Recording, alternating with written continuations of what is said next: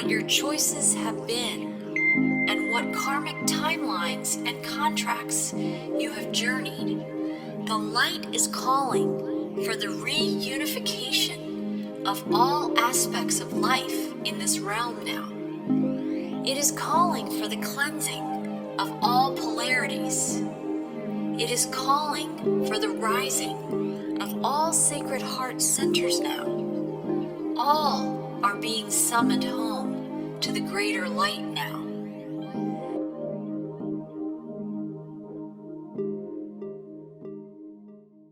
Hi, and welcome to Whole Soul Mastery and Whole Soul School and Foundations joint podcast series. I'm here with Dr. Paul Panzica, back again today. I know it's been a few months. We need to hear some Paul perspectives because you always take us into the deep, into the realms of the deep where a lot of the insights and the awareness and the liberation happens, really.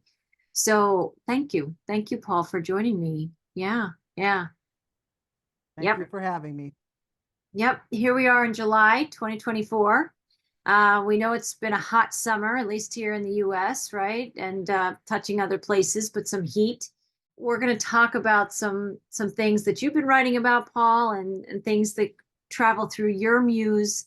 And I always like to hear your perspective. I like to enter your world and see what you see and bring that awareness to our listeners. And so where would you like to lead us off, Paul? Where do we want to start? Well, I think maybe it was March or April that we talked last. I can't remember exactly when. Oh yeah, I mean a lot of things have occurred, and I've written a lot of things. I've written so much that I kind of forgot what I wrote because it's a lot of stuff, you know. And every time I think I'm going to just throw a little bit of something down for the month, it turns into this big long essay that I'm sure people just don't want to deal with anymore. But right, read it. And let me just say that, Paul, you can't write just a few words. I, in fact, can't write just a few words. The two of us are verbose, right? And you got. But I think I got you beat on that. I think I have you beat on. I agree. Pedantic. I agree. So this is just the first paragraph of Paul's latest blog post on Beyond the Soul's Meridian, okay? And the title is Ascension and the Fifth Density. We're going to talk about some of these bigger concepts. And so with Ascension and the Fifth Density, Paul writes, in this new age, the final sacrament is ordination, which in the higher densities can only be acquired through spiritual universal authority. Therefore, there will be many ascended beings bearing testament to this authority as the living embodiment of their most truthful selves. This is what Jesus meant when he said that you will accomplish greater things than I have done because I go to the Father. This is a profound reference to I am, as it means that the initiate is one with our living brother and Father. This relationship is personal and cosmic, uniting us in common purpose in service to our Holy Mother and all her sisters and daughters. That's the opener. Do you want to take it from there? I mean, there's a lot to unpack in just that, right? And that's just one paragraph. Exactly. Yeah, there's a lot to unpack. Oh my God. So, you know, that, and that's the beauty of our scriptures, and you know, I mean, and maybe the genius of these of our mythologies and our stories is that, you know, at the beginning, at least, they were given to us through otherworldly sources, you know, ascended worlds, mainly like the Pleiadians were giving us this information, and many others, I'm sure, you know. And so they give you a simplistic story, you know, to consider. And then the more you consider it, the more you realize this isn't a simplistic story. There's a lot of depth to this. Yes. And as your awareness expands, so does your, you know, interpretation expand and the meaning of those, let's say, parables or mythologies or stories that you have, they start to take on new meaning. And I think that's, there's references to that passage that you read, that go to the parables of Jesus. And I think it's unfortunate we're at the threshold of something major. I think we're really very close. Hopefully maybe within the next 12 to 18 months. My wife and I, Nancy, will wake up in the morning, and depending on the day of the week, we'll ask each other, so what do you think? And so that is usually given as a number. Yeah. And usually it's like, I think we're 72% certain that we're going to have some major event occur within the next 12 to 18 months. That's what we mean. So I think this morning we were at 72%. There's a 72% chance that something will Threshold happen. we're going to cross. A threshold we're going to We're cross. at the threshold now. We're at the threshold now. And so I really do think, we're looking into it. I think, and that was really a big part of that essay, is about threshold guardians, which we definitely could talk about, because that's something that we have to face, right? And that passage, what that passage is talking about, that you just read, it has to do with our holy family. Who is it? What is our holy family, right? And so I think the holy family is basically the teachings of Jesus, and he really took the attitude that, listen, I'm not anyone to be worshipped. He goes, I'm your brother, and this reference to your Father in heaven, right? And so that is extremely, extremely, extremely important to understand that relationship. And it almost gets him killed in one of the chapters in John, where there's so much in this one chapter, and I can't remember the chapter. I think it's the 39th chapter, but I could be wrong. But it's the one where they're going to stone the woman to death. And we kind of don't actually know who the woman was, and some people say it was Magdalene. I don't think it was, but regardless, that's where he's doing something very cryptic, and he's writing some symbols in the ground as he's listening to their arguments and about how they want to stone this woman to death. And then that's where he says, okay, well, those of you who are without sin, then you cast the first stone, and that disperses the crowd. And then he starts to teach them something that's so profound, but it also gets them very upset. And that's what he teaches them. He tells them that if you come to know the truth, then you will be free. You will be free if you come to know the truth. But if you don't come to know the truth, then you're just a slave in this world, right? And so that's where he tries to explain to them that if you are a member of the family,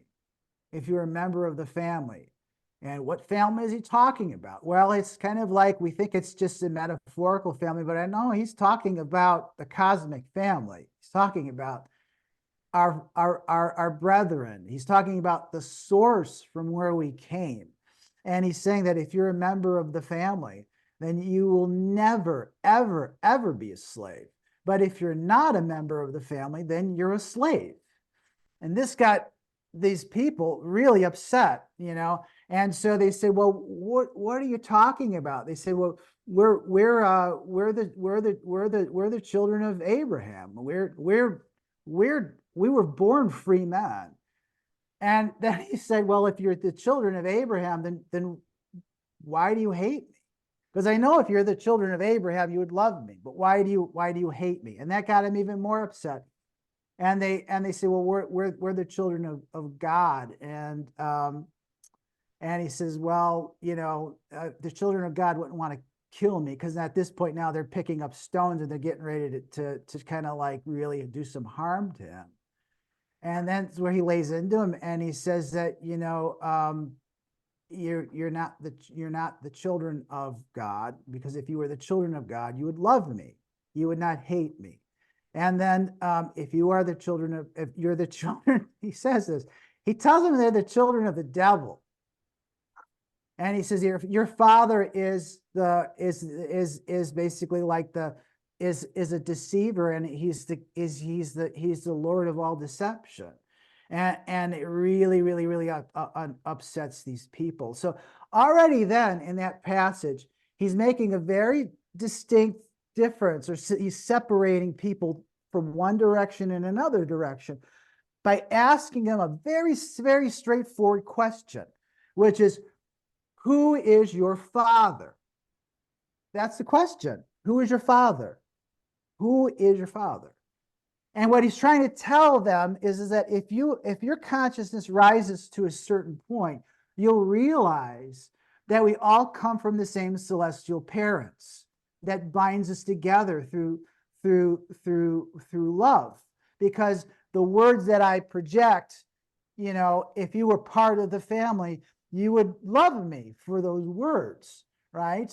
For my actions and for my deeds. There would be no animosity there, right? But there are still many people that not only can't resonate with those words, but don't even value those words, or don't even value those concepts anymore. So I think that was a very powerful passage. Read that entire chapter, and it's really amazing. In the end, he almost dies, and then they say it wasn't his time yet, and he miraculously escapes. But that's another interesting passage. It wasn't his time. It wasn't his time. So when was his time? Well, we've had to go through like almost 2,000 years, of oppression, before the age changed. And now, guess what? As we're moving into this ascensionary, timeline, it is his time. It is his time, right? And so we're looking at, I think the way that I'm addressing this now is that I'm actually realizing that we have our birth parents who stewarded us as we grew up, and they gave us exactly what we needed to become mature adults. Whether that was positive or negative, it doesn't matter, because this is exactly what we needed to get to the point where we're at right now. But ultimately, the parents of our soul's parents, our heavenly parents, our celestial father, and our celestial mother. And our celestial mother, I look at that as Gaia. I look at that as the goddess of this planet. She is really what birthed us. And our father is the Logos, is this cosmic universal father. It's not the same father that we've been taught to believe, that is a creation of, let's say, the archons or the lower rulers' idea of what God is. It transcends all of that, right? And Jesus even says, he says that, that you'll go on to do greater things than I have, because I have gone to the Father. I am of the Father. I have opened that portal for you, right? And so if you consider yourself as a being that lives within this relationship of I am, because remember, Jesus is called the I am, and the Father in heaven is called I am the I am, right? And we are I am. Then we're all one family, and so there's nothing to worry about. I mean, there's nothing that can actually touch us on the physical plane that can derail or detract from that relationship.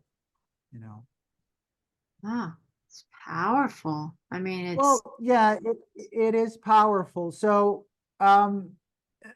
that's the other thing that I wanted to mention. So maybe I'll go back and we'll talk about something else later. But I wanted to mention this because I was listening to the last video that you posted, the last transmission that you posted. yes. And it was shorter than the other ones, but I think it was very powerful. and in it you mentioned the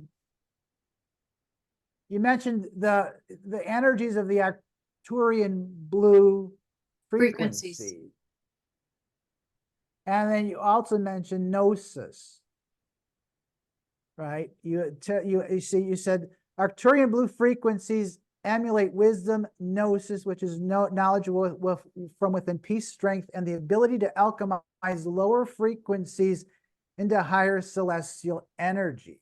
But you brought it up, right? And so what is gnosis, right? And it's inner knowledge, right? It's knowledge of the heart. There's different ways to describe it, but it is more than that, right? So, I'm just going to go out and say it. It's the final pathway to where we're supposed to be going. It encompasses that pathway. So you're mentioning it in your transmission. And I think this Arcturian source, this blue energy of the Arcturian source, which is a higher chakra, right? It's above the fifth. It's higher chakra. It's fifth and higher chakra energy. So they want us to consider gnosis. And so what does that mean? Well, there was a whole group of people called Gnostics. And all that means is they were knowers. They were knowers of a certain truth. They were knowers of a certain truth. And it was in that last age, which was not his time yet. It was not the time of Christ. I would say Christ Sophia, because what happens is that any time during the last 2,000 years that anyone tried to bring this knowledge forward, they were severely attacked, and genocides were launched against them, and they were suppressed, right? And so because it wasn't their time, right? But now we are in this timeline. We have, I think, stepped into this timeline, so that this information now not only can be understood, but it's essential that it not only has to be understood, but it has to be assimilated.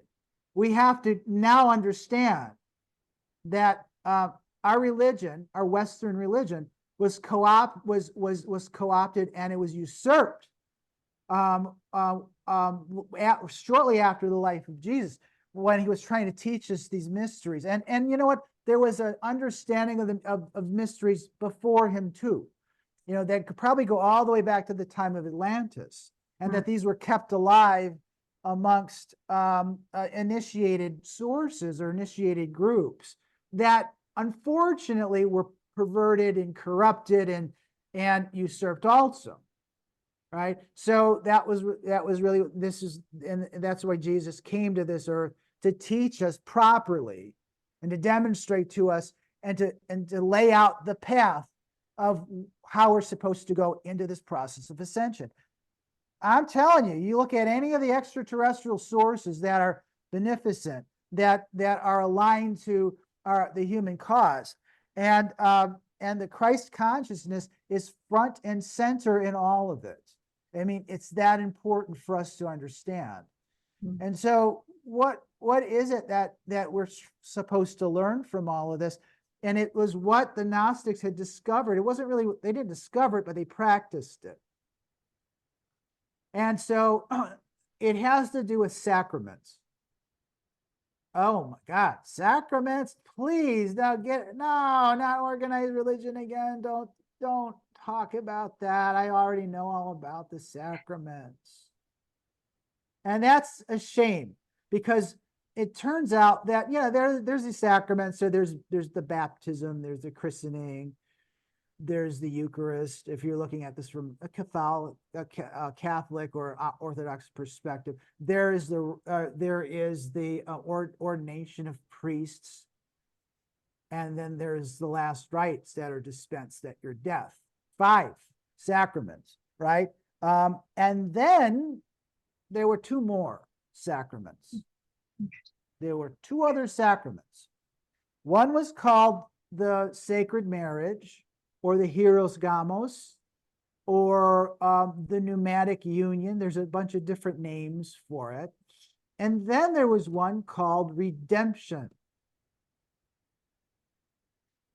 The organized religions of the last age, whether the conventional organized religions of the last age, I'm not going to blame one or the other. They're all guilty of it. Basically taught that those don't happen in this life. The Hieros Gamos, or the sacred marriage, or the pneumatic marriage, which means the marriage to the spirit, and redemption do not happen in this life. Why? Because they come after the dispensing of your last rites when you die. That's how they put these in a sequence, right? So that happens after you're dead. So there's no reason or to actually consider these things, because you can't achieve them in this reality. But apparently some people had achieved it in this reality. And in doing so, and in talking about it, they were severely attacked and suppressed, right? And so that was really the reason why there was genocides launched against these organizations, starting a few hundred years after the life of the master teacher. That people aren't supposed to know about this. They're not supposed to know about it. Wow. Yeah. So the thing is, and I don't know, I'm not saying that there's one pathway, because everyone is unique, and that this is all going to, I think, unfold as that to the uniqueness of the individual. I get it, there's no doubt about it. But there was a roadmap that was given to us that not many people are paying attention to, and certainly maybe because they've hidden it, or they've obfuscated it behind all the opulence and the hypocrisy of the last couple of thousand years of organized religion. So it totally turns people off, and they don't want to really look at this. But they have to understand it. It's part of your heritage, and it has been suppressed for the last 2,000 years, and that it was always meant to help the individual come to the truth that Jesus was talking about, which almost got him killed, knowing the truth, and then he'll free you. And that that's really in his teaching is the only way that we could do it, was through this process. And it is a sacrament that allegedly doesn't exist. This union between the soul and the spirit is the sacred marriage, right? It's coming to your higher self. We'll use the term higher self, because higher self, I think, is what I think it actually is. It's what we call the higher self. Some people call it your higher soul or your oversoul. There's all these different names for it. But coming to that allows us then to be redeemed. So what are we being redeemed from? Right? So that what they were talking about was very interesting. And it had to do with the way that it was defined as you're being distanced, you're being separated from a safe distance from that which was enslaving you. All right. And so you're being separated from a safe distance from that which has been enslaving you. And so that in that sense is that you go through this process of unification with your soul, or the essence of who you really are, and your higher self. And there's all different experiences that was going to manifest. And it's going to take you a while to process that. It took me 15 years, and I still don't know if I'm still really finished processing it yet. But I think that has to happen first before anything else can occur. So the question is what are we being redeemed from? And I think that the answer, at least for me, was you're being redeemed from the shadow that exists within you. We use the term ego, and we've talked about this big ego versus little ego, big ego versus little ego. The big ego is the truthful, spiritual ego, and the little ego is the shadow ego. So we can use the two terms together. You know, the little ego and the shadow are basically the same things. We're going to find out that the supremacy of that little bitty ego that was controlling all of your thoughts and making sure that you followed all the rules and adhered to all the conventions, you know, and listened to all the authorities, you're going to realize is not the path that I should be on. You're going to realize that you don't kill it, because there's elements of ego that are still important. Like, it can calculate really well, and it can help you navigate through this crazy landscape of insanity. But you have to understand that it isn't the source of your intelligence, or it's the source of your wisdom. It's only a tool that we can use to contemplate ideas or visions that are given to it, right? And so it also helps us to manifest things on the physical plane, but it is not what we should be following. And so we're kind of being redeemed from all of those shadow energies and all of that. But some people describe it as reversing the flow of consciousness from the head downward towards the heart and the body, and then now it's going to start flowing from the heart up towards the head, right? That's another way of talking about it. So there's this redemption, and the thing that they hated most about redemption, and I talk about I'm talking about our handlers and the people that basically had created this, you know, false matrix of truth that we've been adhering to for the last 2,000 plus years. The reason why they hated it so much is that when a person goes through redemption, they're no longer afraid. They're no longer being controlled by fear. They're redeemed from fear, and that's the worst thing for the for these archons to for that to happen, is when their slaves no longer listen to them, when their slaves no longer fear them. And that's what this whole process has been about. It's waiting to be discovered. And I think that there's going to be something. And I think that something that's going to happen is going to have nothing to do with the internet. It's going to have nothing to do with the political insanity that's going on. It's going to have nothing to do with the monetary system. It's going to have nothing to do with any of it. It can't come through those constructs because they belong to the old energy. They cannot be transfigured. They cannot be salvaged. You even mentioned this before, Marie, before we were on camera. You said you imagine it's a giant iceberg that's melting, right? Yes. That's melting. And that some people can only see the little tip of the iceberg, and that there's some people that can see the entire iceberg. And in a sense, that's exactly how I envisioned it, as that old matrix is dissolving. It's dissolving. And that's actually an energy that the goddess possesses. When the goddess manifests herself, she starts to dissolve the old matrix of enslavement. That's just her function. That's what she does. So we're going to come to some new balance. We're going to come to some new understanding, right? And we're going to have to at least go through the process of marrying ourselves, or at least meeting our higher self. It has to happen, and it better happen soon.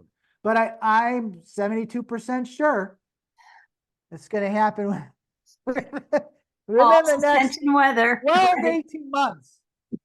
Maybe I'm wrong. And listen, I can tell you with surety, it already happened to me, and that was 15 years ago.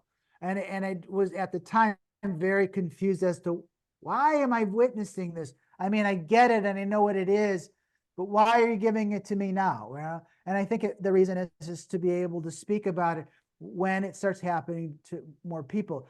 I suspect it's going to happen kind of like through circumstances that will be beyond anyone's control. I suspect that it's going to be cosmic in scale, that all of these crazy, chaotic things that are being done to try to prevent it, which is kind of pathetic, actually. It can't be stopped, because this has to do with the movements of celestial bodies. It has to do with the movements of the heavens. Cannot be stopped. And I think that's coming. And so there's absolutely nothing to fear from this. It is coming, and it has to happen. Their souls have to be awoken. They have to be awake. They have to see this. And those who see this and who feel that this is a valuable experience, or can understand this experience, it's going to be amazing for them. There's going to be a lot of other people that won't be able to resonate with the meaning, will be confused, and then we'll look at it as a threat to the systems, the matrix that's already dissolving in front of our eyes right now. So that's going to happen. I think that's really what we're looking at. Well, and I think when you described that experience of 15 years back, I think many of us were called in our own ways to look at the hard stuff that a lot of people look at, more of the iceberg. If it's like the stuff under the surface that we don't see, we've been traveling in that for some time, not just to awaken dormant truths that all-knowing portal of the heart center already is in tune with. It already knows the history of the planet and the truth and the lies that we've been living in. But I also think we're freeing up space. We're freeing up bandwidth. We're freeing up life force that can meet the new information or old information, whatever you want to call that, that's getting revealed to us. I think the people who are better able to meet that are the people who have been stepping outside their comfort zone and taking a look deeper into the iceberg. And because we have space and room and bandwidth and life force to integrate it a little bit better, versus it being like a tsunami of a melting, dissolving process where it's just like washing over people. I think we have some people who are somewhere in their journey of making room for this will be able to take that new information and go to the next level in our consciousness. We're being up leveled, right? We're being upgraded. And that's why it's always good, if people haven't started this process, but somehow have bounced into this podcast, it's always good to start now. Start where you are, right? Start where you are. But the key to me is making room, allowing the dissolving process to take place. Things you used to believe in, things you used to love, things that you were attached to, that you felt like you had to have, whatever those things are, a lot of that is under review right now. And that might be relationships or a job or whatever it might be. I think we're making room, making space for a new age of consciousness inside ourselves and allowing an integration to rise to meet it. Does that make sense? Yeah. There's, but we have to face all of it, right? So, let's say that I was listening to one transmission or one source, and it was saying that virtually all of us on this world right now have been incarnated at least 20 times during the last 2,000 years, during the last age. 20 lives we've lived. Wow. And if we were, and many of us may go all the way back to the Lemurian time or Atlantean time, there may be 1,000 or more incarnations that we've experienced. So every time we come back into this realm, we're blinded, or we have no idea what we've experienced in the previous lives. And so before we can even go through this process, the sacred union, right, which is really the goal, I think for all of us, is to come to that point. We have to do a lot of work before we can get there. And if you haven't prepared yourself, and if you haven't done the work, then it's going to be disastrous. In fact, it probably would be meaningless, or it might even be a more horrific experience. I wouldn't say it would be horrific. It would just be meaningless. So what is the work? What do we have to do?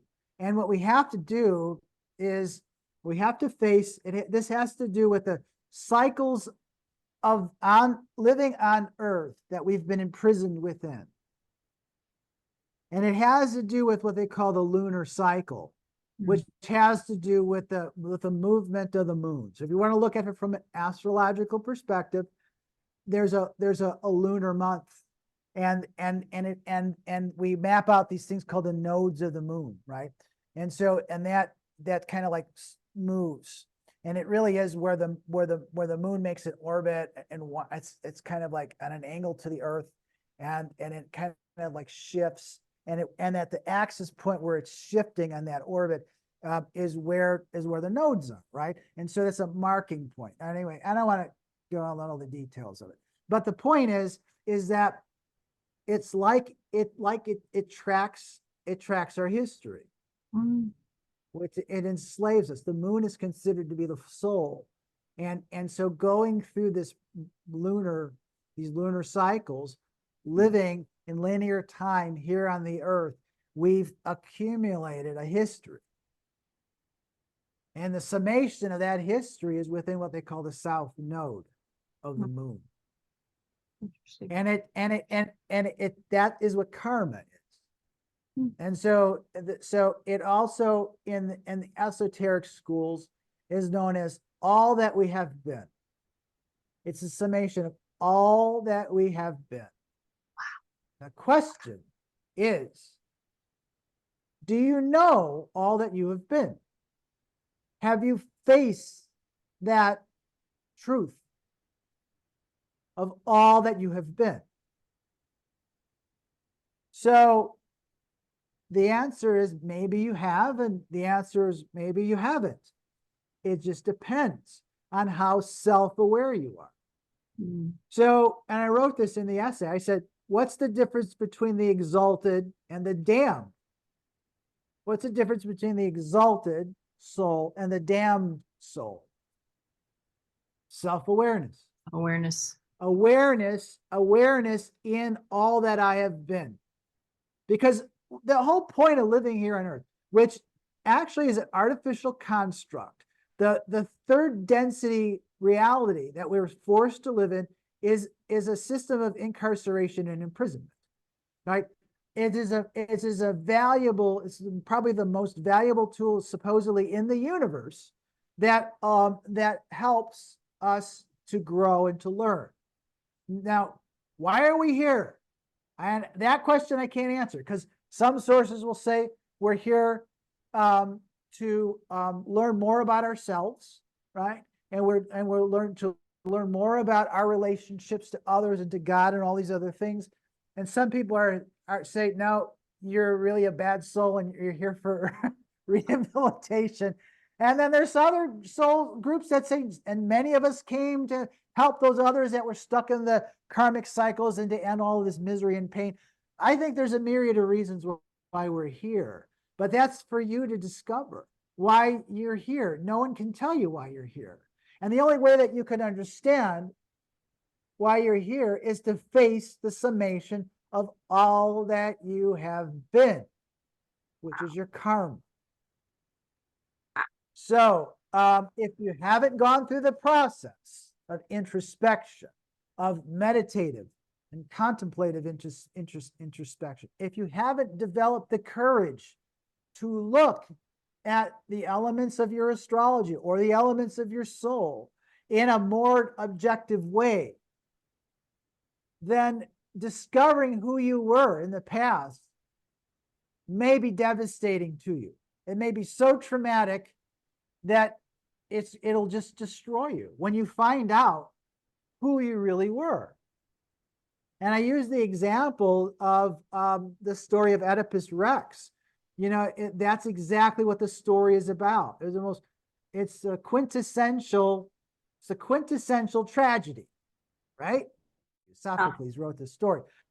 Quintessential tragedy. So you know, I mean, and just to remind you of the story, you know, the story was, it was screwed up from the beginning. So, you know, it was prophesied that the child that was born into this family would kill the father. So then they decided to kill the kid, and then the mother decided that I wasn't going to kill the kid, I would just give it away to somebody else. And you know, it was a comedy. It was like Macbeth. It's like a kind of like a Macbeth story in the sense that it's self-fulfilling prophecies over and over and over again. And so it all hinges on a mistake that's compounded by more and more and more and more and more mistakes, right? And when you think you're doing good, you're not, because you can't see the entire picture of what's happening. All right, so basically, you know, Oedipus grows up away from his family, thinking that his mother and father were his real mother and father, in the sense they were just his adopted mother and father. He's like a prince. And then he's also told in prophecy that he will indeed kill his father, thinking that he was going to kill his adopted father. He leaves. And on his way back to this city, which is Thebes, he's traveling through Greece, and he's on his way to Thebes. He runs into another guy on a chariot. They get into an argument, and this guy's all animated and upset. And so he pushes him, and the guy falls and he smashes his head against the wheel of the chariot, and he dies. And it turned out that was his dad. That was his real dad. So the prophecy is fulfilled, but he doesn't know it. So now he comes into this city where this guy was from. Turned out he was the king of this city, but he doesn't know it because he just killed this guy on this, and no one really figured it out yet. And the city is being besieged by this threshold guardian called the Sphinx. Mm-hmm. And so the Sphinx was this being that had the head and the breast of a woman, and then the body of a lion and the wings of an eagle. And it was tearing everybody apart, just killing everybody. And so before it would kill you, it would ask you this riddle, and it was called the riddle of the Sphinx. And no one could figure out the riddle. No one could stop this terror from happening. And the riddle was basically, what being goes on 4 legs in the morning, 2 legs in the afternoon, and 3 legs in the evening. And the more legs that the being has, the weaker it is. And so the answer to that is a human being, a man. It was the answer, right? And so man. And so he was able to answer that riddle. And in the process of doing that, the Sphinx falls dead at his feet, and he's hailed as a hero, and he becomes the new king of Thebes. And he winds up marrying the queen, which was his mom.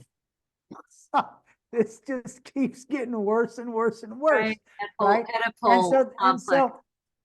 And so then he sets out this decree. We got to figure out, because he finds out that the king had been killed, not knowing that he killed the king. And so there's this decree, and we have to find out who the guy that was killed the king, and that man must be punished. And so they start figuring out that it was him that did all of these things. And worse, he not only had, you know, an incestuous relationship with his mother, but he had kids with his mom, right? So this just keeps getting goes from bad to worse. Right? Yeah.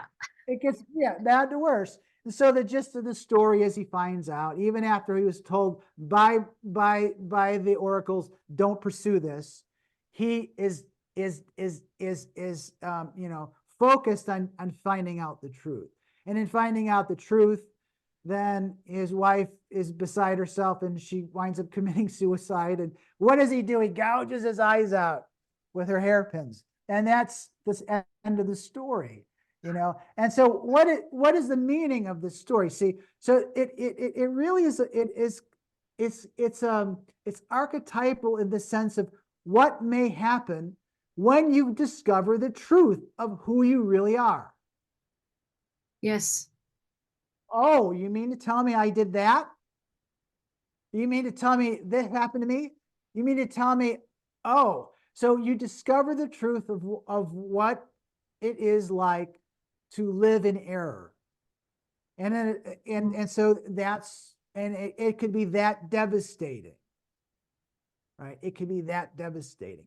And so we have to get this through our minds right now and really have to come to accept it. That the only difference between an exalted person and one that is damned is not the things that they did in previous lives or even in this life. It's the lack of self-awareness. Wow. Because that is what's going to do us in, right? So get it through your already that you're guilty of all kinds of crimes. You're guilty of all kinds of atrocities, and you're guilty of all kinds of limitations and disappointments and oh, I could have done that life better. Oh, I could have done that life. Hey, that's what it's like to be human, right? Yeah. And so you have to understand. Now, there are many of us that are now, and so if we've processed this information correctly, right, between the time between your sequential lifetimes is after you die, you're supposed to do these life reviews and you're supposed to say, all right, well, I guess I could have done that better. And then you make arrangements with your higher self to be incarnated back into this world so that you can face these issues again and hopefully figure a way to alchemize it, or to if you feel there's a need for atonement, then a need for atonement. But if you've already been going through this process, then you already know, right?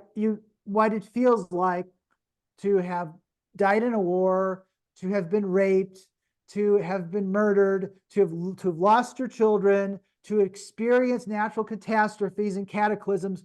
You already know what it feels like because you've lived through it. So even though you don't actually remember the actual details of the event, you remember what it felt like. And that never leaves you. No. So that's why people that are moving along this path of ascension are far more intuitive, far more empathetic, and far more compassionate. Because even if it didn't happen to them on this physical life or on this planet in a previous life, it happened to them at some time in their soul's experience, and they remembered the experience and they'll never forget it. And that's why it's a terrible thing to say to somebody who's giving you comfort, who's giving you empathy, who's trying to sympathize with you, and to a person who has, let's say, less empathy and less compassion and less sympathy. When somebody tries to do that to them, they'll say, how could you possibly imagine what it's like to have, lost a child or have gone through a divorce? Or, well, we can, because we've all gone through it, considering the sequences and the expansive, nature of our lives. So we have to face the summation of who we were. Many of us have already done this. So it's not going to be that big of a deal when it I happens. just want to have you say that again. We have to face the summation, right? All of it. Well, I don't know how it's going to, for me, it was a whole myriad of faces that I saw that were me in previous lives. And they were not happy people, but they were just the ghosts of the residual ghosts, so to speak, or shadows of all of these lives that I lived in this reality, and marred with disappointment and marred with tragedy and marred with limitations and, all of those things, they're there. But you know what? My sense was, thanks for showing me stuff I already know. I mean, I don't really need to go over this again, but thank you for showing it to me. But on the other hand, if you've never gone through the process, you've never considered the fact that you are guilty of some pretty bad things, that will be more akin to what happens to Oedipus when he encounters the Sphinx. The Sphinx is a very interesting being. It's a chimeric being. It has a human head and chest, and then it has a lion, and it has as the body of a lion and in the wings of an eagle. So it's chimeric, but it also is very astrologically based. So there's components of the eagle and the components of the lion within all of us, right? Those are astrological symbols. Those are archetypes. They exist within us. So what does he meet? He meets basically the summation of all of his limitations, all of his problems. It hasn't been addressed yet. So it's going to look like a beast. And so the name of that beast in as far as the mythologies or the archetypes is that's what we call a threshold guardian.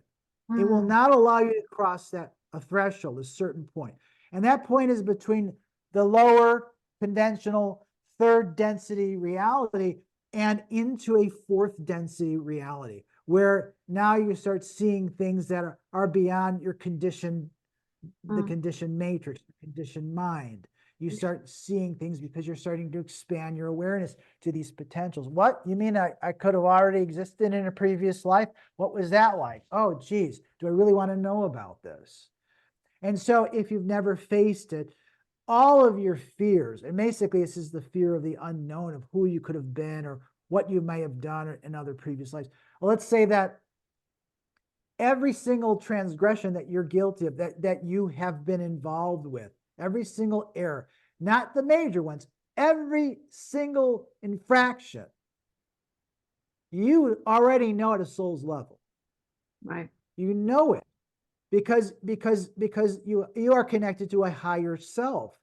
All this information is there, but you haven't faced it yet. And so if you haven't faced these problems yet, it starts to build within you, is that there's a part of me that kind of suspects that maybe I wasn't such a great person in a previous, or maybe I have been a really terrible person, but I don't acknowledge that, you know, and so that will manifest itself as a beast. It'll manifest itself as a beast that will, if you can't face it, will annihilate you. It'll destroy you one way or another. Just like all the other people in the story were wiped out by the Sphinx when they were confronted by it. They weren't prepared. Oedipus is the only one in the story who's prepared to face it. But even after he faces it, the consequences were tragic because he wasn't self-aware. This is like the archetypal becoming self-aware experience. That if you've never done it before. Could you imagine, living in that time? Let's say that I grew up as in a Greek society as a man, and virtually all of us were involved in the armies of our city states. And you know how many swords I ran through people's bodies? Did I ever really sit down and question what effect that's going to have on my soul, or what effect is that going to have on my development? Did I ever see that as a problem, right? How many bodies have I hacked to pieces, or how many violent deaths have I died from, or how many famines have I gone through, or plagues?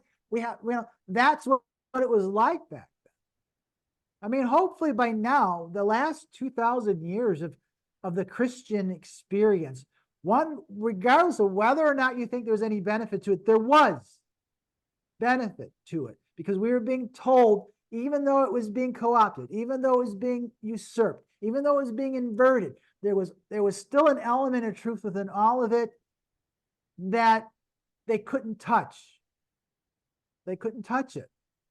And so it was still there. So if you listen to the words, and if you understood the intention behind all of it, and not which was not to control you or rule you, but to actually help your soul ascend into a more rarefied state, then the people have changed.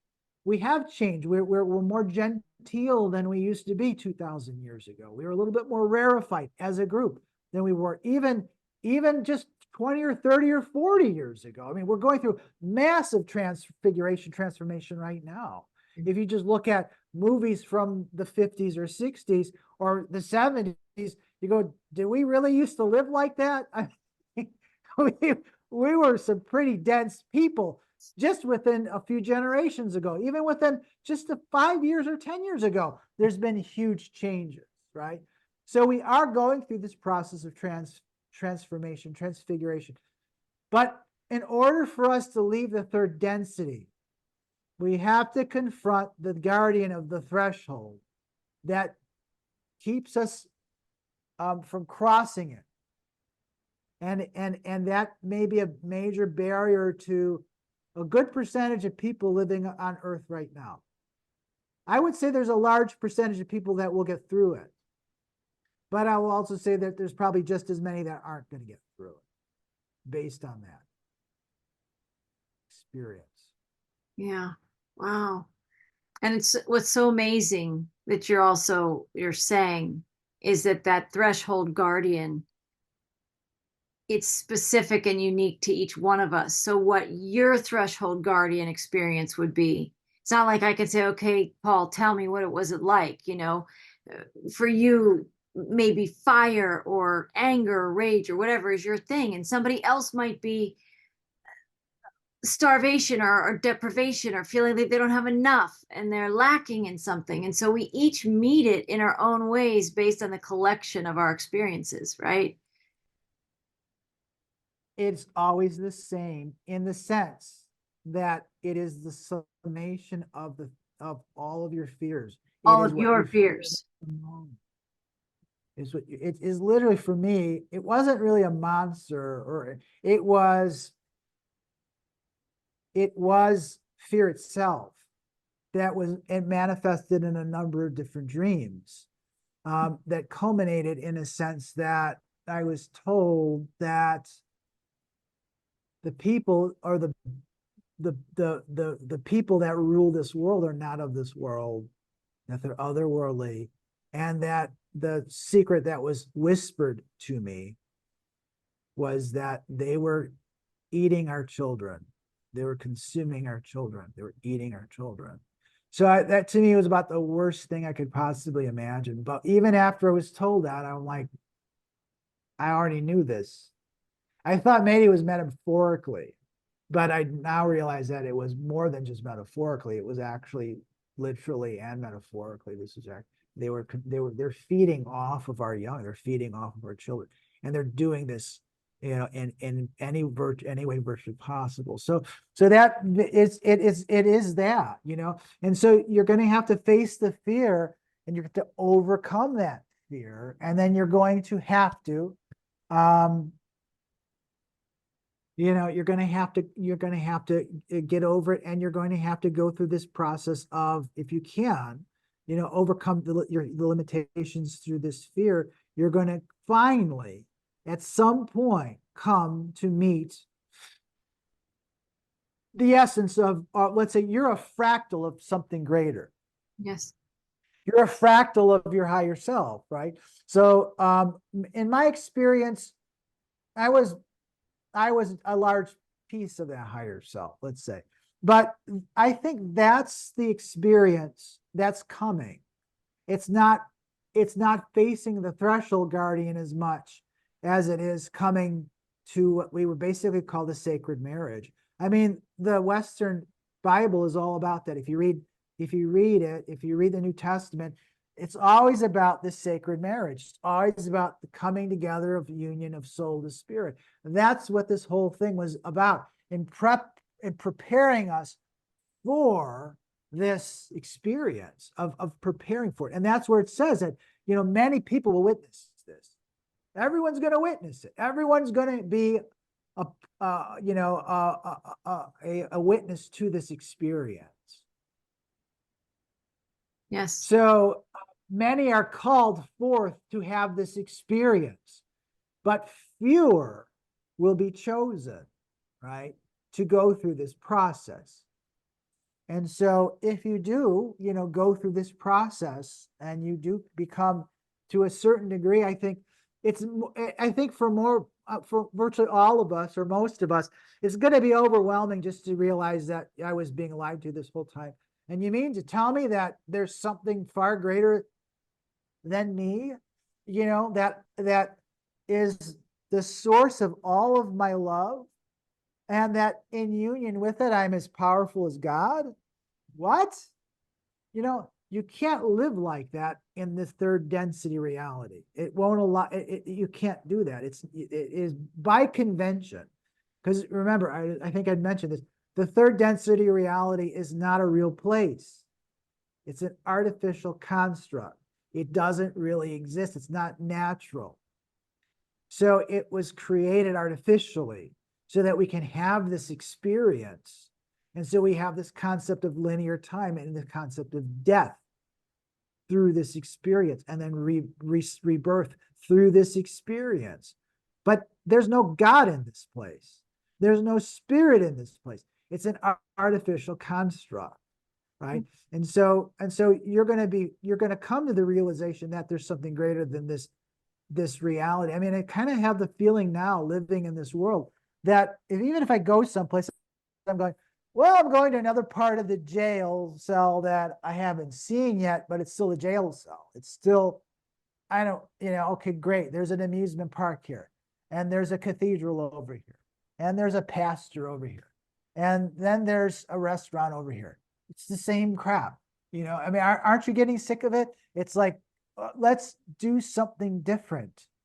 Yes. Let's create a world that has real life in it, that has real meaning to it, right? Because everything right now is just a ridiculous backdrop, right? And so what we're talking about also is with the replication of the same kinds of experiences in a matrix, that's all it can do is kind of duplicate itself and play by the same rules, where we're like on a loop of that karma again and again. And every place is the you same. Can't get in your car and go to the next level. It's not like you're going to take some road and leave that old life behind. Nope. You have to go inside and raise your frequency and come into a place of self-acceptance and self-awareness that opens that portal where you can experience what Jesus was experiencing that you're talking about, right? Where he went to the Father. Well, now, okay. So now that you're bringing that up. So in the initial experience, you can go through a sequence of visions or experiences. Listen, these visions, as far as the summation of fear goes, you'll probably have visions of it. But let's face it, it's manifesting right now in the physical plane already. This is it. And it's going to get worse in that perspective if you don't understand what's really happening. Okay. But even if you go through the union, the sacred union, you can't be one with your higher self and come back, because coming back into the third density, it's not allowed. You can't do that. It doesn't. You have to wake up from the dream or from the altered state of consciousness and come back into the artificial construct where it doesn't exist. You cannot be like Jesus. The only person that I'm aware of, despite what anyone else claims, to have been able to go, because he said, I go to the Father. And he came back, and he was a living testament to that, right? Is that no one has ever been able to accomplish that, ever, in a living life, in a life that is, is a corporeal life. No one's been able to do that. So there's another guardian. There's not one guardian, there's two guardians. Oh. Yeah. So the first guardian between the third and the fourth density is the summation of all of our fear, right?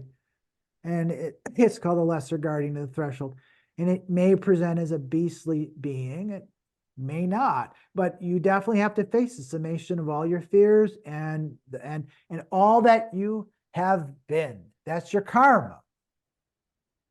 But then there's the fourth density that we may be breaching into. I think I'm in it when I'm not working. I'm in it when I'm not in traffic. I'm in it when I'm in the moment. I'm in it when I'm with people that I love. I'm in it when I'm doing things that I love. So we're already breaching into that fourth density. But then there's another guardian between the fourth and the fifth density. And then in that guardian between the fourth and the fifth density. So it's called the greater guardian of the threshold. And it will not allow you to pass. You cannot pass that threshold unless you die. You can die and pass the threshold. Or if you're not going to die, if it's not your time, you can't pass the threshold. Hmm. So there's still a separation between 3 and 4, third and fourth density existence, and then this higher awareness, which we're all striving to get to, which is fifth density awareness, the fifth density consciousness.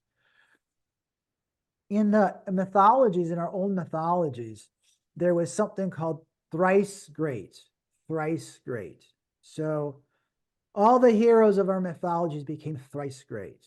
And so they were basically elevated into the status of gods by our Heavenly Father at that time, which we called Zeus. So the way that it's explained is that it's amazing to just be born into this world, just once into this world. And once you enter into the karmic cycle, from a universal perspective, everyone who's done this is considered to be great. It's a mark of achievement for a soul to have become part of this grand experiment. And it's looked upon very reverently by the people and the beings in other worlds. And that's where we have this moniker of being great. Just living this life, no matter how stupid of a life you've lived or how wrong of a life you lived, just being born into this world. Yes, is yes, great. Supposedly there's an exponential amount of souls that want to have this experience that haven't been born into this world. They're just waiting for the chance to incarnate. But I think the grand experiment's ending now. But when you go through the process of meeting your soul, the elements of the best elements of your soul, coming into awareness of your higher self and making union briefly with your higher self, you go through 2 things. You go through a second birth, right? Your ego dies, so you can say the death of the ego. I've heard it called the second death. I don't know exactly why it's the second death, but the ego dies the supremacy of the ego dies, and you're born again in a greater state of consciousness. So this is what the term born again comes from. It comes from us going through this reunion, even if it's brief. And now we're living with an awareness of something greater than what we were led to believe. This is where we're redeemed. So we've gone through the union and now we've been redeemed. Redeemed souls are considered twice great because they were born twice into this world in the same life. Wow. Twice great.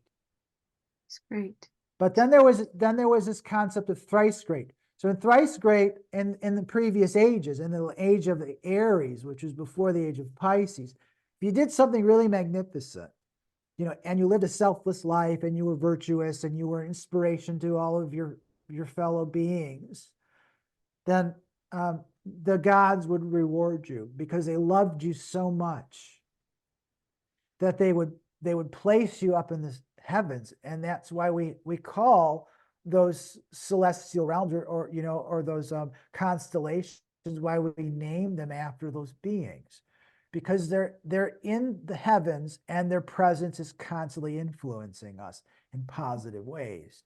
So that's called being born a third time. But being born a third time into the heavenly realm, that's being called thrice great. Now, Jesus was thrice great, but he was born into the world for a third time. He came into the world completely whole. At least in the last 3 years of his life, he became thrice great in the sense that he was a living manifestation of his full potential. He was completely one with his higher self, with his spirit. And that's why he said, I went to the Father and I've opened the portal. I've done this for all of us. This is the archetype. This is the prototype. This is what's meant for us to happen now, is now. Thrice great, right? So that's what I think the fifth density means. It means that we're going to go through this process of being born once, then twice, which I think is where this global event is going to happen that's going to catalyze things for us. But I think there's still going to be a window after that. There has to be. I was given 15 years to figure this out. So, that where we go from this event, where consciousness shifts, where we start realizing we're in a new time space. It's Aquarian time. And now we're not going to be quite desperate, but we're going to crave. The word is crave. And now I saw that in the astrology. If we ever get time, we'll talk about it, in the astrology of this summer, that there's going to be a compulsion. We're going to want to, with all of our heart and soul, to be able to contribute to this the ascension of the earth, to this transfiguration. It's going to be the only thing that we're going to be consumed by. Compelling. It's going to be so compelling. And actually Lilith is involved in it, we're going to be looking around going, you mean to tell me that there's been people that have been keeping me alive, that have protecting me, that have pulled me along this whole time, and no one ever told me this? This is what happened to me. I felt ashamed. I felt like, oh no, I can't allow this to happen. I'm going to do everything that I can to pick up that yoke and to help pull. Just imagine if that happens to millions, if not billions of people, which is really what it's going to be like. You're going to be living in service to others. So it's going to be like heaven, because everyone's going to be doing things so that life is no longer fighting against you. And you're going to be doing things not just for each other, but for the world itself, and creating a garden. And so that goes through this process of the union of soul to spirit, and redemption from your fear, redemption from control, and all these other things, right? Yes. But that's not fifth density. That's fourth. Fifth density, there will be people that will be living amongst us, I think, that will have ascended to fifth density.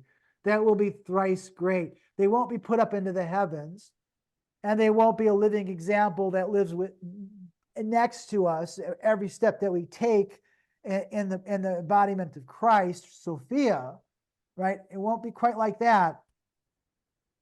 But there's going to be hundreds of thousands, if not millions, of people that will, when this event happens, it's not going to be foreign to them. It's not going to be the first time that it happened. It's going to be extraordinarily familiar to them. It's going to be like not a union. It's going to be a reunion. And they're going to be, oh yeah, okay, now finally we can get to work. So I think, as I envision this, what's going to happen is that there's going to be people that will, when this transition happens, that will be coming back now, and they'll be Christ-like. They'll have the full capacity of and the full manifestations of their truth. So now, not everyone will aspire to this who makes it through this event, whatever that is. But there's going to be people that are going to aspire towards these other people, and they're going to be present, and they're going to be all over the place. And there's going to just be this irresistible connection between everybody, but specifically these people. Now, what's it going to be like, right? And so in the essay that I wrote, I said, well, there has to be another sacrament. There is another sacrament. So the Gnostics, and it's very important that your source is telling us we need to consider Gnosticism, because that's what this is. This is Gnosticism. This is being a Gnostic, a knower. This was buried information. This was suppressed information. But even then, in the writings and in the conceptions that they had, the last two sacraments were the sacred union and then redemption. And I'm like, that can't be. There has to be another sacrament in order for this to happen. And so, looking at the sacraments, I realized that there is a sacrament in the conventional lower religions called ordination. And that's when you become a priest. But it's the church that dispenses it, which is invalid. They have no authority to do it. They never did. So they hijacked it. Oh. And so they created their own, like, let's say, third density priests, Yes. right? So there are seven sacraments, but the new sacrament will be ordination. So those who come back Yeah. in ascended fifth density state, they're not going to just be doing their thing. They're going to have the power and authority of the heavenly realms. Their will be divine will. Their power will be divine power. And if you want to say that it's charged to you or given to you through your heavenly Father, just like Jesus said, that's absolutely true. And you're doing it in reverence to our Holy Mother, right? So you're doing this to rebuild Gaia and to bring all of her children up to that level. So there are already people that are predestined or pre-prepared for this. You know, they talk about the 144,000. That's a very specific reference to a very specific group. Personally feel like there could have been some what they call bifurcation of souls, but I also feel like they're only making a reference to one little planet, one little source. Could you imagine? I don't think that's Arcturian. I don't think that's Pleiadian. I don't think that's, Sirius. I think there's been a massive migration of other souls that they can't resist. So they're here now. So that 144,000 is going to be more like maybe tens of millions, maybe millions. I don't know. But they're all primed for this to happen. They're all ready for this to happen. So that when it happens, good news, Paul. This is good news because it's been pretty dark for some time, but what we're talking about today is coming through these thresholds and out the other side of, yes. Right. So when this happens, it's going to, and again, you can't control this. You can't stop this. I mean, if this happened to little old me, and I have no idea what's going to happen on the other end of this, but I mean, if you question, why am I here? Why is Maria and I having this discussion right now? It's in preparation for this. Yes. Your whole life has been in preparation for this. Your whole life has been in preparation for this. 100%. So it doesn't distinguish us from everybody else because we're all one and we're all here with these little tasks to do these different things. And I always said, for me, heaven is going to be when I am done teaching, when the students, when the people who are coming through are teaching me, and I say, that's it, I'm in heaven, I'm done. I'm going to just be me. I'm just going to do what I want to do. And because we've passed that point. Yes. We've passed that point. So what you mentioned something beforehand, and I lost my train of thought, but that's okay. I mean, so we're coming through here. There is a vanguard of people. Oh yeah, you said that it sounds like we're in a new time-space continuum, doesn't it? It sounds like heaviness. I mean, look at what's going around us. All the tragedy, all the noise, and all the darkness. It's getting to be like meaningless. I hope everyone's listening to this is realizing it's just a siren going off that doesn't mean anything. It's just noise. There's no more energy behind it. They could conjure up any stupid idea that they want, or to try to scare you. But it's like nothing can stop what's coming, so they can do all. That's what redemption is. Yeah, that's what redemption is, right? Okay. So this is what I saw this summer. So I always try to do my astrology readings, and I don't know how I have no formal training in it, which allows me to interpret it the way that I see it. I use a very simple program that helps to allow me to see the major positions and aspects of what's going on, and that's it. It's real simple. But remember, I told you a little over 3 years ago that we were all going to get crucified. There was this grand cross up in the sky that it was so intense. It was so, what was it, the Grand Cardinal cross. It was a cardinal fixed grand. It wasn't cardinal. It was a fixed grand cross, fixed cross, and it was a grand cross, and nobody wanted to talk about it. Nobody wanted to talk because it's four squares. Yeah. Well, listen, 3 years have gone by. Were we or were we not crucified? Yes. They nailed us to a cross. We couldn't move. We got killed, you know, and I don't just mean that metaphorically. I mean physically. I mean, there was a lot of harm, and there was a lot of energy behind it. Well, so I look at the astrology of and 3 years, exactly 3 years, from June 20th, 21 to June 20th, 24. And guess what I see? I see another cross. It's not a grand cross. Okay. It is not a grand cross.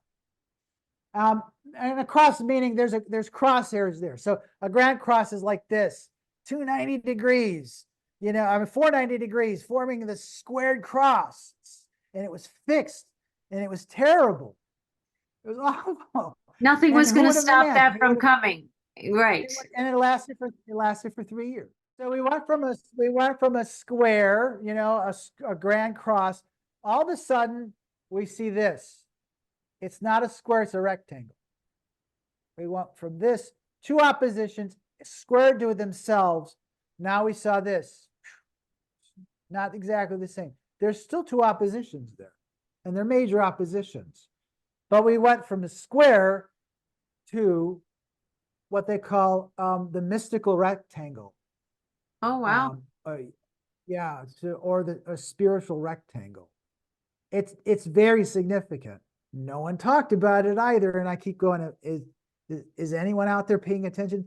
But it's called Huber's mystical rectangle or spiritual rectangle. So now at that moment, exactly at the time, there's this. It's like the cross relaxed. Yeah. Why is it significant? Well, we go from 90-degree angles to two trines, which are 120 degrees, and we also look at two sextiles, which are 60 degrees. Totally different energy. So arduous cross square versus trines, which are there to assist us in this transfiguration in a much more easier way now. Oh, I like that. So sure, there's going to be challenges. We see it all over the place, but the energy's been gutted. That obstructing, dark, harsh energies is completely and utterly annihilated. I looked at it and I said, oh, we're moving into a new time space. This really is now Aquarian energy. We're no longer, there's no more Pisces energy whatsoever. These crazy ideas that they're coming up with and all of this fear, you can feel it. Like you said, it's evaporating, or it's melting, or it's dissolving now. Yes. So it's going to be like this. It's going to be, oh my God, this has happened. And it's going to be like, yeah, but we got this already taken care of because we want to phase this new thing in. Or people are going to, and if we go through this transition, and we do see people who have now the final sacrament is ordination. I don't think I've mentioned this, but the final sacrament is ordination. So they're going to come back into this world carrying the power and the authority of our spiritual parents, of the universe, of these universal. You're talking about a group who's moved through the second threshold. Like, you're talking about a group that are human beings. They're not just celestial beings flying back from non-physical realms as angels or something. You're talking about human beings who have reached this level of consciousness, who have crossed the final. Go to the Father. Yes, because it is the higher self that is the threshold guardian of the greater threshold. So it's Christ higher self, sophic energies that have now allowed us to cross because it wasn't time. Now the gates are open, and now it's time. So there's going to be these people that will go through it, that will come into full union with their higher self. It will transfigure them. It'll be a massive transfiguration. and they will not be controlled at all by the little ego. There may be remnants of it. There'll still be personalities, and they have the option now to move on, or they have the option of coming back into physical life, at least for a period of time. And that's the ordination part of it. And so they're going to be ordained like priests and priestesses. They In the will come best back sense. and they will, In the celestial sense. yes, in the power invested within them through the Spirit, right? And so they're going to be, they will be recognized. There will be no doubt that they will be recognized, because in higher worlds this actually happens, and they're considered either kings or queens of wisdom, or priests or priestesses of wisdom. So that's our archetype that's coming back, and so these beings will come back, and so that's coming. So Wow, Paul. yeah, You've I know. given us such a gift to see. So, I mean, talk about a bigger picture, the depth and breadth yeah, within it.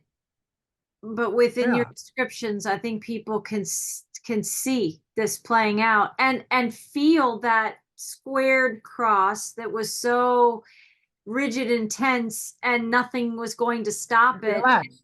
And what did you call it? A mystical The rectangle? mystical rectangle, Huber's mystical rectangle, or righteous rectangle. Yeah, it's there. And that's it. That's the sign, along with, the lights in the sky, and along with the northern lights and all that other stuff. I mean, and the solar activity and all that. It's happening. I really think it's happening. We really don't have much more time left. Things can't, 72% is close. I we mean, I'm feeling can't, that. we can't, these dark energies, they're just starting to dissipate, like you said. So we're close to something, I think. And not everyone's coming, and that's okay. There's no judgment in any of this. If you want to just keep playing in that sandbox, and you want to just, keep living in 3D conflict because your soul needs it, wonderful.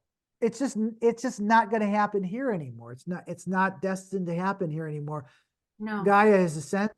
Our mother Gaia isn't going to host that anymore. Exactly. The host has said, no, we're moving on. Yes. and billions of our children are saying, I'm done, and I want Yes. something better. And it's not going to be one person. There's going to be hundreds of thousands, if not millions, that'll be amongst us, that will inspire us, that will help to drive all of this. And it's going to be amazing. It already is, to me, amazing. I already do see this happening on many different levels. I see it too, Paul. I see it in the communities that I'm a part of, the people that I know.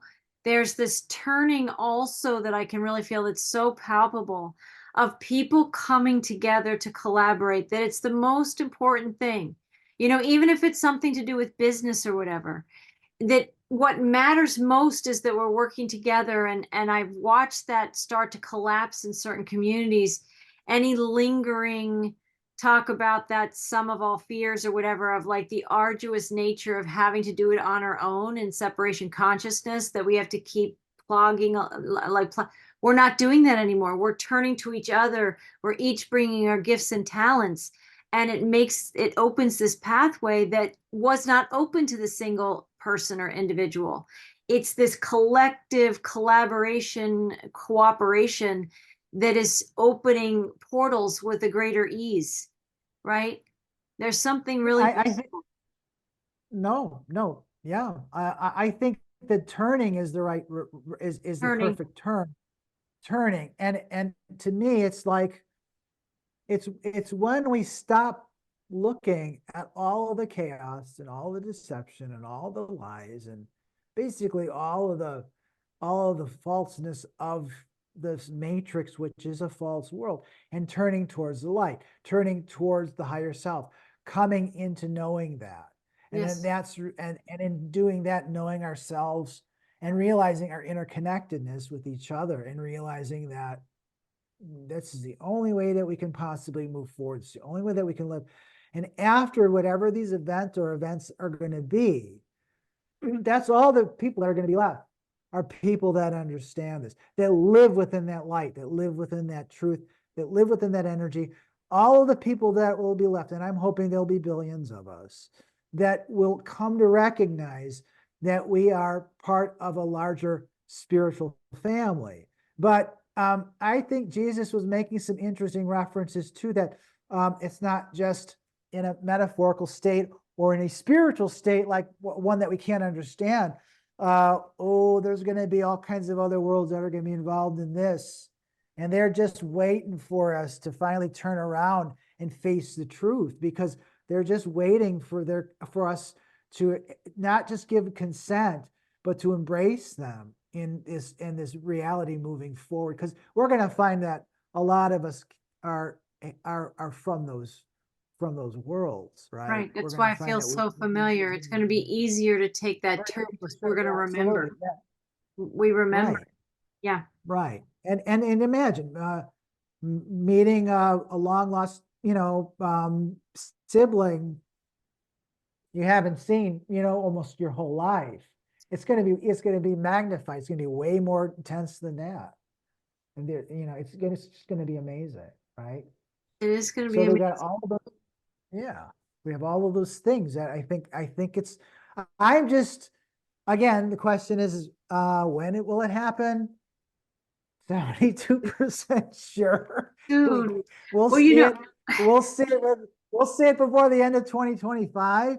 But I don't care anymore. I mean, as long as we're still moving in that direction, they're saying that sometimes it's delayed because we want to try to get as many people prepared for this that can be prepared. But then you get to a point where there's just only so much you can do. And there's just so many people around us that aren't going to prepare for it or aren't really willing to face the challenges that we have to face, which is facing the summation of all that we were. But in the process of doing that, we step into a new timeline, which is our Dharma, which is all that we are manifesting, all the potential of all that we can be is really what it is. And so it's our true God self. And that's what Dharma is. It's the fullness, or it's the potential for all that can be, all that we're moving towards. And so really at that crossroads, we're like the initiate that's sitting on the throne. And on the one hand, on the left side is all that has been, and on the right side is all that, is all that can be. And we're right there, and we're making that decision. Every person that has to sit on the throne. I said that happened in January of 2020, when I think that's when we were all made to sit on the throne, and we were all made to make a decision at that point as to where you wanted to go. Right. And you can see now, 3 years later, 4 years later, it's been made. You've made the decision one way or another. There's still people that have to prepare.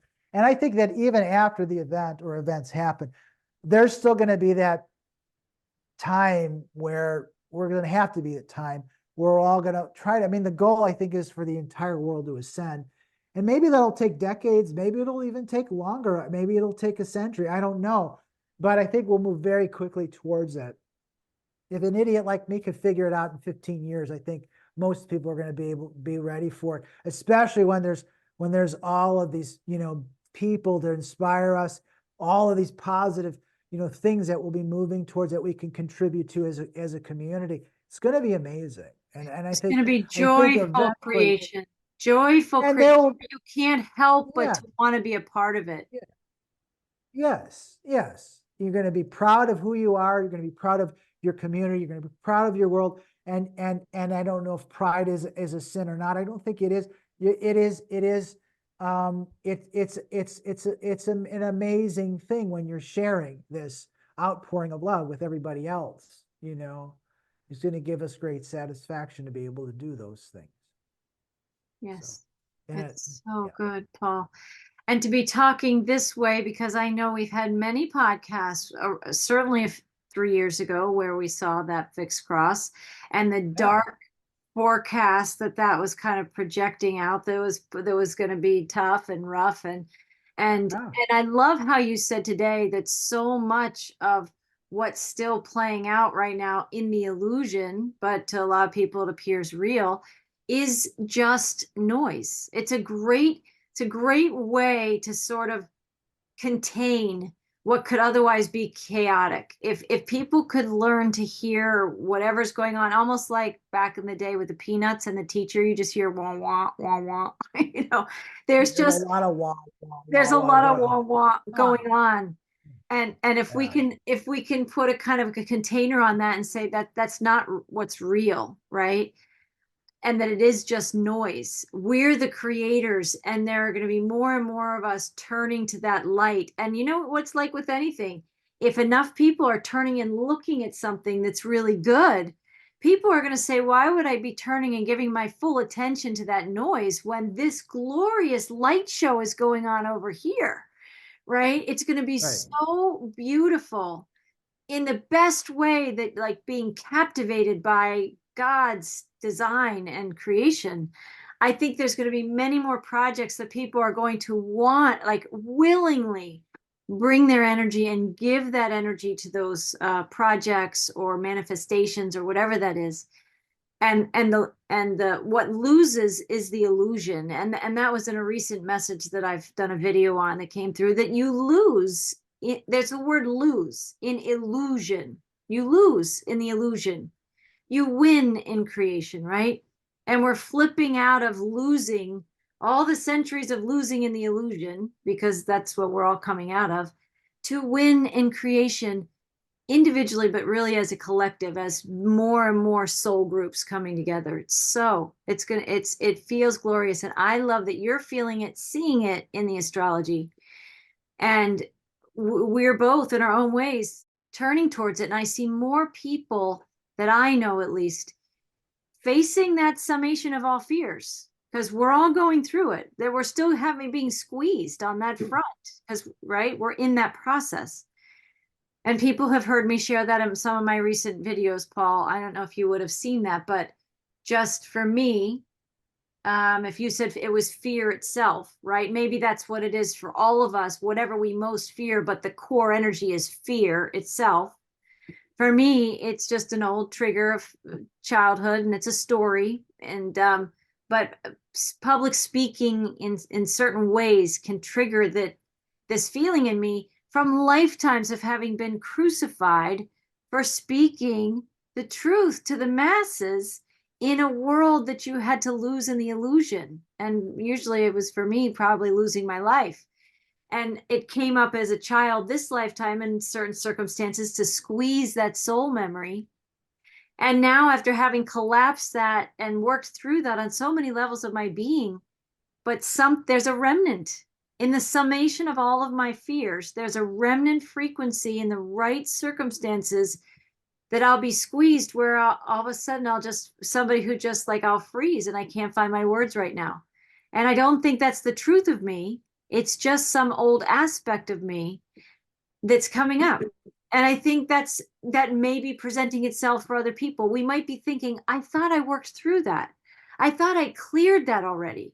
I thought I already moved through whatever that issue was. And somehow at that threshold, the threshold guardian is saying, well, there's this eensy weensy bit of your karma still lingering that you've got to release to go through my threshold, right? And I love how you've explained that today, because it feels very timely for me. At first, I was surprised that it was coming up. And now that I've seen it coming up, of course, I need to turn to it. Of course, I need to work through that. Why would I have it any other way? Right? I want all of me going through the threshold, right? And I won't go through the threshold unless all of me is ready. So we're all facing it in our own ways, however that's coming up for us. But it should get easier and easier as we see others of us going through the challenges of that right now. And if we all keep moving steadily towards the light, right? That's what this time is. And that's the beauty and the grace of it, is to have the humility to say, yes, something uncomfortable is still coming up for me, but I'm going to keep going. I'm going to get it the support that it needs. I'm going to release it and integrate myself. And I'm going through the thresholds, right? Nothing's going to stop me from ascending. That's a great phrase. Nothing's going to stop me from ascending, just like nothing's going to stop this new world that's emerging, right? This age of Aquarius that's so beautiful. So I hope like our listeners can feel the way we're talking. Both of us, I think, are speaking from a place of gnosis. People who watch our podcast together know that we share a lot from a place of knowing deep inside ourselves. We know it. We're not just thinking it or hoping it's this way or maybe believing it's this way, right? I think it comes from a place of remembering and knowing. Maybe we have a better, easier way to access the future. We can feel it. We can remember ourselves just a few months down the road, right? We can access the future and bring it into now. So beautiful. Absolutely. Just keep in mind too that, this happened, or something. I think the archetype of whatever this thing is that we're going through, to me 15 years ago, and I was in no way, shape, or form perfect. It just happened. It happened. So even when we go through all of it, we still won't be perfect. And there's still many, many, many, many different levels that of ascension that we would go through to continuously perfect ourselves. So we're striving for being whole, and we're striving to be loving, and we're striving to be a radiant star. But we'll still have elements of the darkness with us. I actually said that in the essay. I said that sometimes the threshold guardian is viewed as a dragon, right? It's a draconian being, and certainly the cycles of the moon are called as a draconian cycle. It's because the lunar nodes are considered the great dragon, and so it's a great teacher. Interesting. So there's going to be elements within us that won't come with us, but I've come to the conclusion that third density dragons are adversarial, and they're beastly, and we're always up against them. But I realize that in the higher realm, in the fifth density, they're not. You have to harness the power of that dragon, and I think that we will be doing that for righteous reasons, because the dragon winds up becoming, think about it, the dragons are always looking for a more ascended being to serve. That could be a dark being, but it could also be a light being. All the gods and goddesses had dragons, and they faithfully executed whatever commands they were given. Now, if you had a loving, godlike person who had a dragon, you could apply that energy for extremely powerful and positive outcomes. Absolutely. So you can also look at the dragon as the fire within us. So because it alchemical, probably is kind of transmutational manifestation of something within us also. So we don't have to be perfect to go through this, and won't even be perfect when we come back. And Jesus wasn't perfect either. If you read the scriptures carefully, he was sometimes really upset, or sometimes was playing practical jokes, or sometimes was, he wasn't paying attention, and he was being schooled at times by people that you wouldn't expect. So it's all good, right? I think we're ready. There's no point of trying to wait till we're perfect, and there is never going to happen. So I think that we're getting to the point now where, and I also am under the impression that it's going to happen when we want it to happen. I think we can conjure up the storm when we're ready. As a collective. I think it can. Yes. Yeah. Oh, and as an individual and as a collective. I think we'll get to a point where we'll know that it's time. And none of these things are going to blindside the people that are already on this path. It's like I told you before, when Atlantis went down and it sunk, it wasn't like it didn't happen. People weren't blindsided by it. Those who were unaware of what was going on were blindsided, but people knew well in advance what was going to happen. So I think that, like I said, I'm 72% sure today that we'll be seeing something. So maybe tomorrow might be 80%. I've never hit 80%. I've never even went past 75. There are some days where freaking 60, 65. Talk about a There was threshold. even, Yeah, you're yeah, there was even close. there was even one day where I thought 20%, but then Nancy had a vision. Just she gave me the next day and it went back up to 72%. So, it's just amazing because we're entangled. This is a quantum reality. We're entangled. We're experiencing synchronicities and messages, and we're just starting to develop this intuitive knowing that something's coming soon.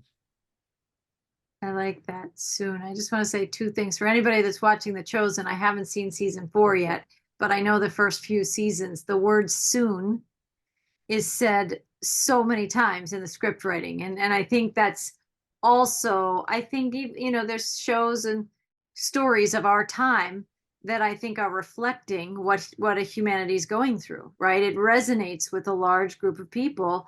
And I think that awareness of soon is throughout that story. When's this going to happen? Soon. When's Jesus going to start teaching? Soon, right? When are more people going to turn to this awareness in Jesus's day? Soon.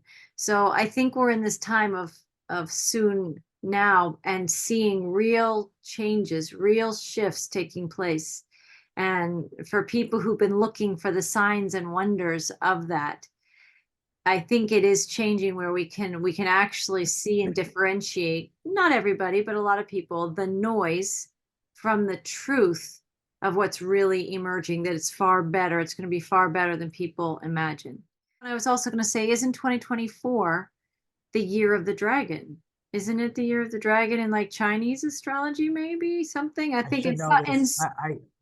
It might be. I don't know. I don't know. in something. I think there is a year of a dragon. So Oh, I there is for sure. I thought it was last year, but maybe it's this year. I don't know. I used to keep calendars uh, in the office, and they were Chinese calendars, so it always would remind me of what yes. year we were in. And this is the first year I stopped doing that. So Oh, interesting. I don't remember. Yeah. It might be the dragon, which would have been a cool calendar to have in the office, but I didn't get one this year. Right. Well, you're tapped Maybe it into is. that though. You're tapped into like all the divine aspects of what dragons in a celestial sense can really represent for us, instead of just the dark, intense threshold guardian that's scary and ominous, right?